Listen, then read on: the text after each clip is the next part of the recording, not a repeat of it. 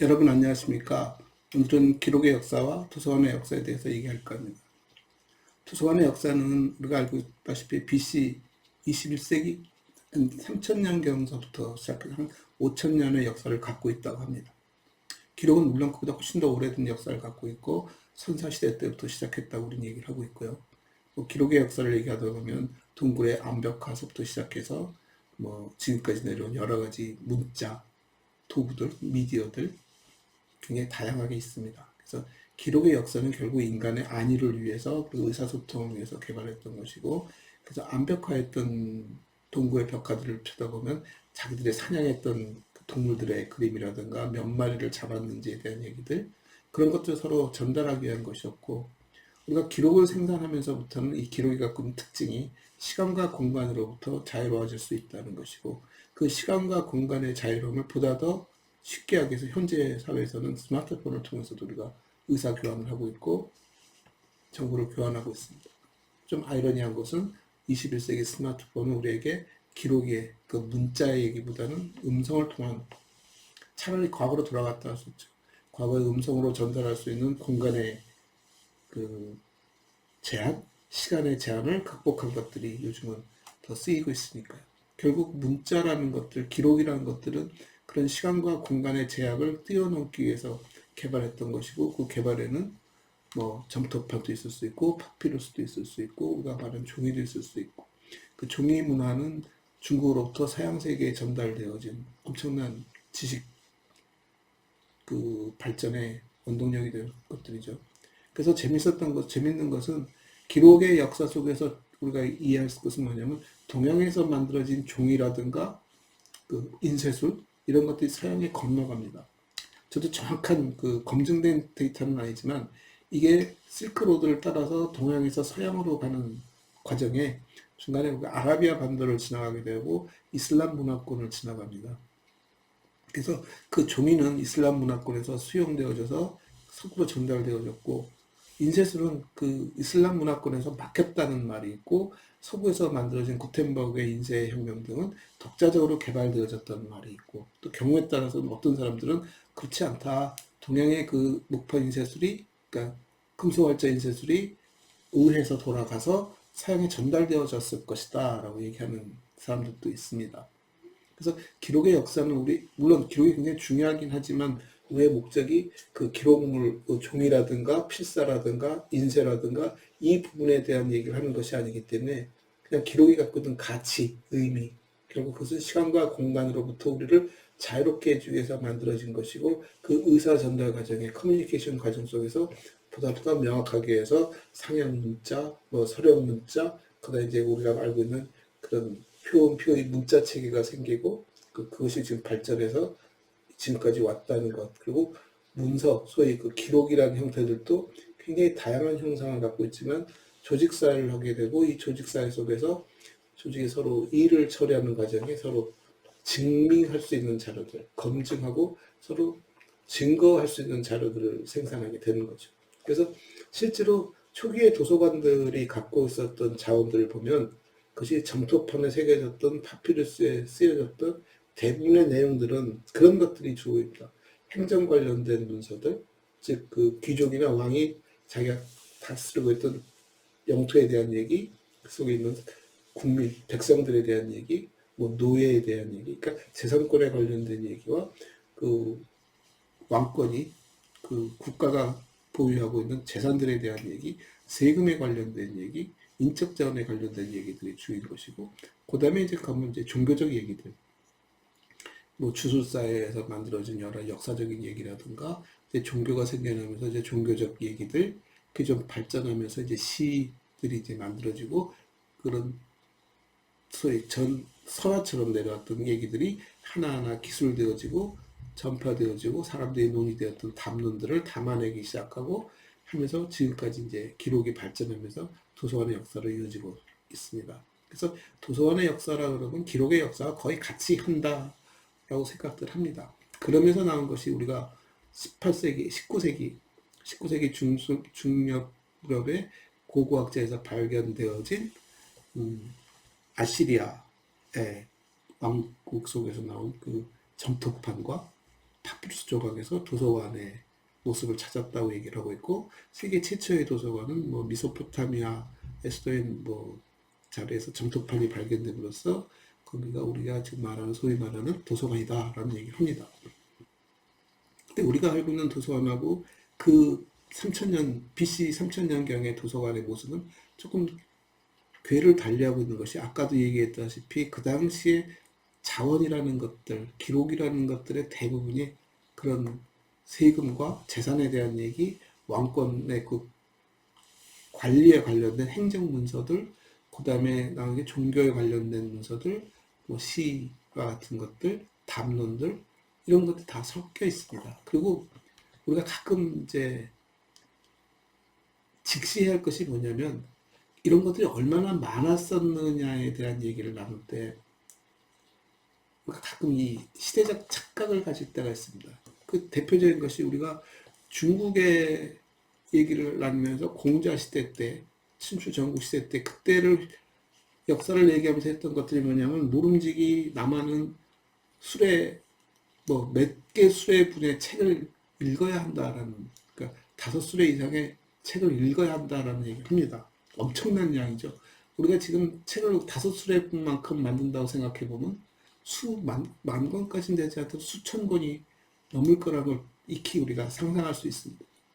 근데 그 당시에 책은 어떤 모양이었을까를 놓고 보면, 그래서 우리가 자주 들었던 죽간의 형태를 갖고, 우리가 한자로 책이라고 쓰는 것의 원형인 대나무를 엮어서 만든 죽간입니다. 그럼 그 죽간의 한 조각에다가 한 줄로 글을 쓴 것을 사슬로, 끈으로 묶어서 엮은 것인데, 그 부피를 놓고 따지면 5수레분의 양이라 하더라도 불과 몇 권에 불과하다는 것입니다. 결국 문자를 알고 글을 쓸 줄 알고 글을 읽을 줄 아는 사람들의 집단들이 소유하고 활용했던 지식자원이라는 것이 그렇게 많지 않을 수 있다. 물론 그런 것들만 있는 건 아니기 때문에 아까처럼 행정문서라든가 뭐 종교문서라든가 이런 것들이 훨씬 더 많았겠지요. 그래서 그런 것들이 도서관을 형성하는 자원이었다 했을 때 한번 돌이켜 볼 것은, 왜 그런 도서관이라는 공간이 생겼을까? 그런 것들이 왜 모였을까의 이제 목적성을 놓고 보는 겁니다. 그 목적을 놓고 보면, 아, 그래. 그 당시에는 지금과 다르게 그게 상당한 재산 행사일 수 있고 권력 행사였을 것이다. 그것이 공유를 통하거나 하는 것이 아니라 누군가의 독점에 의해서 자기의 부를 드러내고 자기의 권력을 드러내는 상징으로 쓰였을 것이며, 소위 그 말하는 귀족층들이 그것을 나눔으로써 자기가 하나의 집단임을 드러내는 행위이고, 국가 간에는 서로 전쟁을 통해서 하나의 전유물로 삼았을, 그러면 재산적 가치가 높은 것들이었을 것이다. 근데 우리가 그 3000년 전에, BC 3000년경에 그 발굴된 모습을 보고 우리가 도서관이라고 말하는 것 중에 하나가 뭐냐면, 그 안에서 목록이 나왔다는 겁니다. 그래서 제가 늘 주장하는 것은 뭐냐면, 목록이라 하는 것은 자기가 소장하고 있는 책들에 대한 기록을 얘기하는 것인데, 우리가 이걸 책이라는 말을 썼기 때문에 책들에 대한 기록하니까 지금의 도서관의 목록과 연상해서 생각하지만, 넓게 확장시켜 놓고 보면 어딘가에 무엇을 쌓아놓고 나면 목록을 만드는 것은 당연한 일입니다. 물건이 여러 개가 쌓이면 내 기억력으로 해결할 수 없고, 여러 사람이 같이 협업을 할 때는 목록을 만들고 서로 이 목록을 통해서 실체를 확인하기도 하고, 그것이 잘 보존되고 있는지 유지 관리하기 위해서라도 목록은 필연입니다. 그래서 목록이 있어서 도서관이다라고 말하는 것은 굉장히 일반화된 얘기입니다. 어느 집단이든 어느 창고든 물건이 쌓여있으면 거기에는 목록이 있을 수 있고, 그 목록을 또 관리하기 위해서는 최소한 그 물건들은 배열이라는 형태를 가졌을 것이다 하는 얘기를 하는 것이죠. 그래서 그걸 갖고 도서관의 기원이다라고 말하는 것은 물론 틀렸다는 얘기가 아니라, 좀 더 다른 맥락에서 우리가 이해할 필요가 있다. 우리가 늘 얘기하듯이 문헌정보학이 무엇을 배우는 학문이냐와 얘기와, 우리가 도서관학이라는 학문 속에서 도서관을 다룰 때 도서관을 어떤 식으로 이해하는 것이 바람직한가, 연장선상에 놓고 본다면 도서관을 관념적으로 이해할 필요가 있고, 도서관을 공간의 개념과 자원을 쌓아둔 그런 창고의 개념이 아닌 도서관은 서비스의 개념에서 우리가 이해할 필요가 있고 그 서비스를 수행하는 과정에 가장 최적화된 공간으로 우리가 그런 공간을 설정할 수 있고 그 공간을 우리가 지금 이름하여 도서관이라고 부르는 것이고 도서관이라는 말에는 그림과 책에 대한 얘기가 들어있고 서양 언어로 해도 라이브러라든가 비블리오테크라든가 전부 책을 연상하는 말들이지만 우리가 수천 년 동안 유지해온 그리고 관리해온 매체가 유일하게 책이었다라고 놓고 본다면 그 이름 자체에는 큰 의미가 없을 수도 있다. 왜냐하면 오로지 그 당시에 가졌던 중요 매체 대부분의 매체가 책의 형상을 했기 때문에 그것을 담은 공간을 라이브러라든가 도서관이라고 부른 것은 당연하지 않겠느냐. 다만 그 당시에 책을 갖고 있었던 것을 도서관이라고 했다면 왜 책만을 가졌을까가 중요한 것이 아니라 그 책이 무엇이길래 가졌을까를 얘기할 필요가 있는 것이고 그것이 아까 말한 대로 그 당시에 재산적 가치, 자기의 부를 드러내고 자기의 권력을 드러내는 행위에서 그들이 향유하고는 문화, 그들이 귀족들이 향유하고 있던 문학, 철학, 시, 담론 이런 것들이 담겼었다라고 놓고 본다고 사람들이 결국 어떤 커뮤니티를 형성하고 이 커뮤니티가 서로 소통을 하면서 서로 하나됨을 드러내기 위한 행위로서 도서관이라는 공간이 필요했었구나. 그럼 그 공간이라는 공간을 만들었다는 행위 속에서 그럼 무엇을 하기 위해서 공간을 만들었지?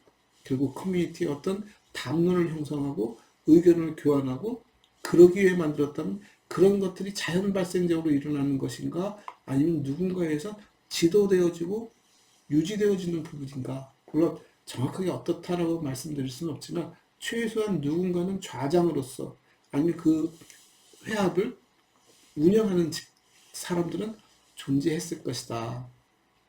그게 도서관이라는 공간을 떠나서는 우리가 설명할 수 없으니까 도서관 속에서 그 역할을 만들었고 그 역할들이 수세기 내려오면서 여전히 자연스럽게 그것이 굳혀진 것들이 우리가 지금 알고는 사설하는 모습이다라고 이해를 한다면 그래 사설한 존재를 우리가 그렇게 인식하고 있지만 그 이전서부터 도서관이라는 공간 이전서부터 사서라는 존재가 있었고 이 사서가 활동하는 과정 속에서 그런 자원의 집합체 초기 단계에는 왕이나 귀족들이 자기의 부와 권력을 자랑하기 위해서 모아놓고 자기들만의 전유물로 가졌던 공간에 쌓여있는 자원들을 좀 자기가 활용하고 전달하고 결국 이것이 시간이 지나면서 자연스럽게 많은 사람들이 이용할 수 있는 공간으로 탈바꿈하였다라고 놓고 본다면 도서관 이전에 사서가 존재했을 수도 있겠다.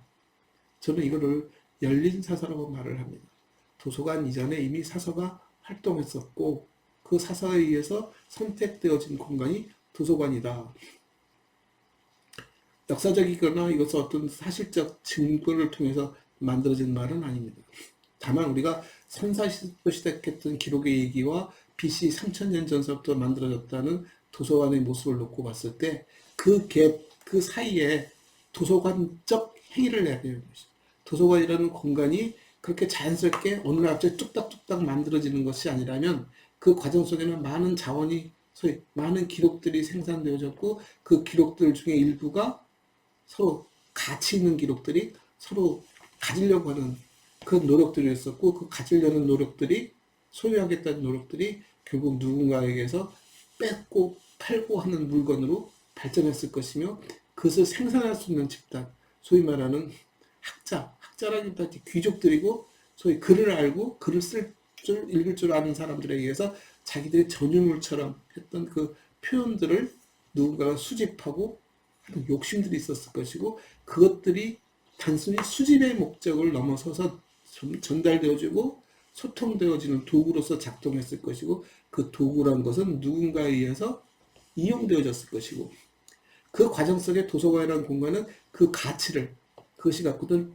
그 재산적 가치를 아는 왕족이나 귀족들에 의해서 점유되어지고 소유하는 형태를 취했을 것이고 아까 말씀드린 대로 무엇이 집합이 발생하면 그 안에는 자연스럽게 목록이라는 행위가 일어나는 것이고 관리라는 행위가 일어나는 것이고 이 두 가지 얘기가 같이 붙어서 우리가 물질적으로는 도서관이라는 공간이 설명되어지고 사람은 사라지고 없어지고 사람이 만든 기록들은 이것이 도서관이라고 명확하게 기재되지 않은 채로 여기저기 산재돼서 내려오는 많은 내용들이 과연 그냥 어떤 특정한 사람이 만든 것이 아니고 다양한 사람들에서 표현되어지고 전달되어진 것들이 과연 그 메커니즘을 놓고 본다면 기록이 생산되어지고 전달되어지고 또 기록이 생산되기 이전에 다른 사람에 의해서 다시 구전으로 전달되어지고 구전으로 전달하는 방법이 음유, 노랫가락에 붙여서 그게 좀 정확하게 전달되어질 수 있으니까 그럼 누군가가 전달받은 사람이 그것을 어떤 형태든 간에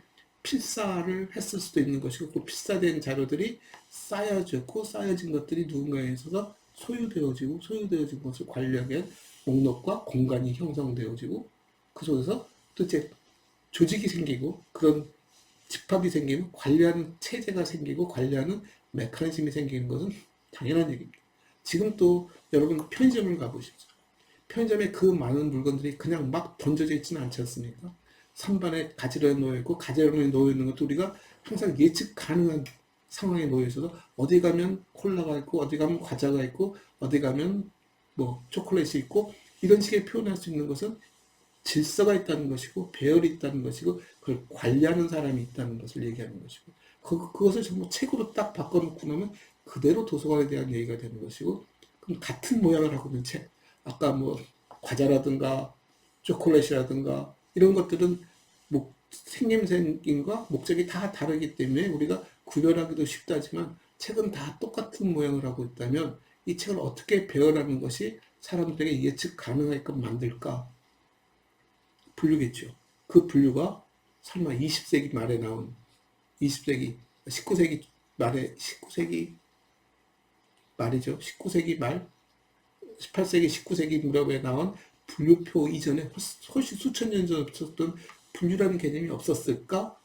그렇진 않을 거라는 얘기입니다. 그 분류가 우리가 그 목록 속에 번호를 붙인 단순한 형태일 수도 있겠지만 분류라는 것은 구별짓는 행위이고 구별짓는 것은 누군가가 언제든지 필요할 때 끄집어낼 수 있게끔 항상 미리 점해두는 위치에 배열하는 작업을 했다기 때문에 이런 모든 것들은 도서관이라는 공간을 떠나서도 어디나 집합체에게 발생하는 것이라는 겁니다. 그런 맥락에서 놓고 본다면 도서관이라는 것을 우리가 일하는 공간 속에서 그 공간을 너무 강조하다 보니까 우리가 하는 얘기이지 그러니까 이게 소위 그 현상과 우리가 운영하는 방법을 놓고 이 속에서 거꾸로 정의를 하다 보니까 도서관에 대한 정의가 그렇게 거창하게 나온 것입니다. 그러니까 도서관의 정의가 틀렸다는 얘기는 아닙니다. 다만 문헌정보학이 말한 도서관에 대한 정의가 문헌정보학이 중시 여겨야 할 공간으로 설정하는 행위는 좀 다른 얘기지 않겠느냐. 굳이 문헌정보학이 도서관이라는 공간을 설정하지 않고도 사설을 전제한다면 사설을 중심에 놓고 사설의 행위와 사서가 그 행위를 해가는 과정에 소위 말하는 퍼실리티라고 그러죠. 편의성을 극대화시키기 위해서 도서관이라는 공간이 설정되어질 수 있고 도서관의 공간이 그렇게 설계되어지고 운영되어질 수 있어 라고 놓고 봐도 다를 것이 없다는 얘기예요. 현상적으로 보면 똑같은 얘기를 하고 있습니다. 도서관이라는 공간이 있고 도서관 공간이 이렇게 구성되어 그 속에 사서가 일을 해 라고 설명하는 것이나 거꾸로 사서가 여러분들에게 정보 서비스를 행하는 과정에 자기의 편익성을 극대화시키기 위해서 도서관이라는 공간을 설정하고 그 도서관을 운영상에서 이러이러한 메커니즘을 설계해서 제공하고 있어. 다를 것이 없죠. 똑같은 얘기죠. 그럼에도 불구하고 두 가지는 정체성에 있어서 또 어떻게 보면은 사서의 그 역할, 사서의 기능을 해석하는 부분에서 굉장히 달라질 수 있는 얘기입니다. 그래서 도서관의 역사를 부정하자는 것이 아니라 도서관의 역사 속에 사서에 대한 역사를 좀 더 다르게 해석함으로써 도서관을 바라보는 시각을 달리 해보자는 얘기입니다. 그러니까 18세기죠. 아까 19세기 중반에 고고학자가 발굴한 모습에서 도서관이라는 것을 설정했었던 이유는 19세기에 살았던 사람들이 도서관이라고 이해하고 있는 것과 BC 3000년 전의 모습이 유사하다고 해서 도서관이라고 말을 하는데 모습이 유사하다고 해서 꼭 기능이 같은가? 라는 질문 하나와 모습이 다르더라도 같은 기능을 하는 것은 없었을까? 라는 질문을 가설적 얘기입니다. 이 가설적 얘기를 놓고 본다면 도서관이라고 섣불하게 정의하는 것도 그렇게 옳다라고 말하기 어렵고 마냥 부정할 수만은 없는 얘기지만 차라리 그럴 거라면 도서관이라는 개념을 좀 다른 입장에서 쳐다보자. 예를 들어 봅시다. 로마 시대에는 도서관이 목욕탕에 있다고 합니다. 그러면서 우리가 공공도서관을 얘기할 때 도서관을 그런 사람들이 가장 운집하고 사람들이 가장 이용하기 쉬운 공간에다 두는 것이 바람직하다. 그럼 어떻게 보면 유권 해석일 수 있죠. 우리가 도서관을 지금 어디다 만드는 게 좋은가, 어떤 식으로 도서관을 설계하고 운영하는 게 바람직한가에 대한 유권 해석일 수 있는데, 그럼 봅시다. 목욕탕에서는 무슨 일이 일어났지라고 놓고 본다면, 도서관은 그 당시 로마 시대 때에는 여성들을 빼고 남자들만 저희들이 말하는 시민이었고, 시민들이 모여서 그냥 웃고 떠들고 목욕을 하는 것이 주목적이 아니라, 목욕탕은 그런 남자들이 모여서 자기들이 정치적 담론, 시, 철학 이런 걸 논하던 자리고, 그 논하기 위해서 필요한 자원으로 책을, 저희들이 말하는 점토파이나 파피루스를 가져다 놓고 얘기를 나눴다는 것이죠. 그걸 보기 위해서 목욕탕에 간 것이 아니라 목욕탕에서 그런 얘기를 나누면서 참조하기 위해서 책을 갖고 왔다라고 놓고 본다면, 공간이라는 것이 필연이 아니라 공간은 어디든지 책을 들고 다니고 담론하는 곳이 모임의 목적이고, 그 담론 장소에 책이 부차적으로 도입되어지는 형태를 취했다라고 해석해 분들 다를 것이 없지 않습니까? 그렇게 놓고 21세기를 봅시다. 전자도서관이 생기고 전자책이 움직이는 과정에서 도서관이라는 공간을 우리가 어떻게 설정해야 하지 하는 얘기가 나옵니다. 형상도 안 보이고요. 손으로 잡을 수도 없고, 그런데도 불구하고 도서관은 항상 내 손끝에 놓여있죠. 내 손끝에 넣어서 우리가 이걸 도서관이라고, 소위 스마트폰을 보고 도서관이라고 말하는 그 순간 우리가 무슨 행위를 하고 있었을까를 본다면, 여러분 스마트폰에서 검색할 때 무슨 일을 하다 검색을 합니까? 그냥 가만히 있다 검색하는 것이 아니라 누군가 대화를 하거나 무슨 목적을 갖고 움직이다가 필요해서 검색을 통해서 자료를 찾지 않습니까? 그게 어디 있는 게 가장 좋을까요? 내가 일을 하다 바로 옆에서 물어봐주고 바로 옆에서 답을 해주면 제일 좋은데, 지금 21세기니까 가능하죠. 요즘은 음성으로도 됩니다. 딱 펴놓고 물어보면 바로 설명도 해주지 않습니까? 그 전 단계 가면 우리는 타이핑해서 봤을 것이고, 그 전 단계로 가면 그런 기술들이 되어 있지 않을 때는 우리가 찾아갈 수밖에 없는 거였고, 우리가 찾아갈 때 가장 가까이 놓고 싶은 것이 욕심이지 않습니까? 그러니까 자기 방에 가도 서가가 놓여있고, 내가 필요한 모든 책을 다 가질 수는 없지 않습니까? 좁은 공간에. 그래서 내가 볼 수 있는 책들이 다 한 자리에 모였으면 좋겠다는 욕심들이 이 지역사회 사람들이 다 갖고 있다면, 지역사회 사람들은 그 책을 한 자리에 모아놓고 같이 공유하자 했을 것이고, 그때 만들어진 공간이 도서관인 것이지, 누군가가 억지로 도서관을 지어놓고 여기 와서 이용하시오는 아니지 않습니까?